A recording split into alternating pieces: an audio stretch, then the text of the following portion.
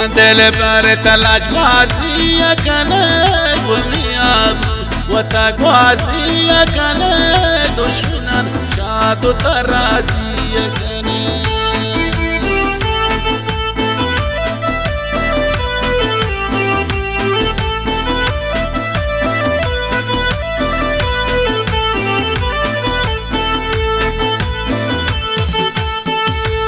یا لوگا تئی مہمان بیان تئی چما امام بریان بیان پتئی چما امام بریان بیان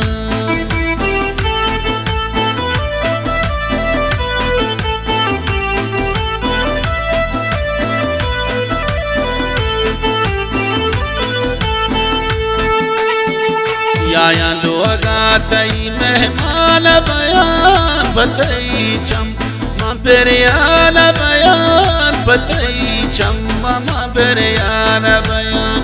و من دل بر تلاش بازی کنه گوازی کنه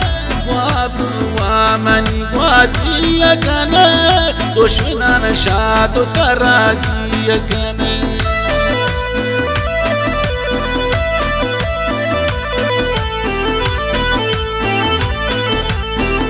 خلاصا پری شاعران فرمایش کو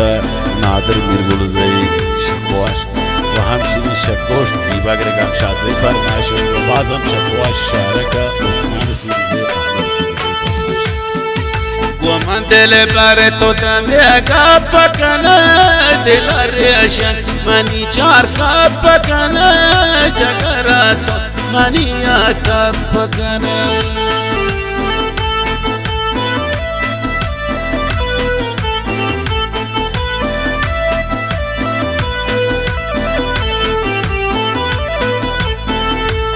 و دل بر تو دمیه کپ کنه دل ریشن منی کپ کنه جگرات منی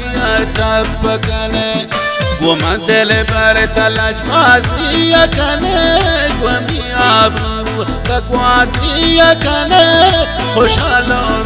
من راضی کنه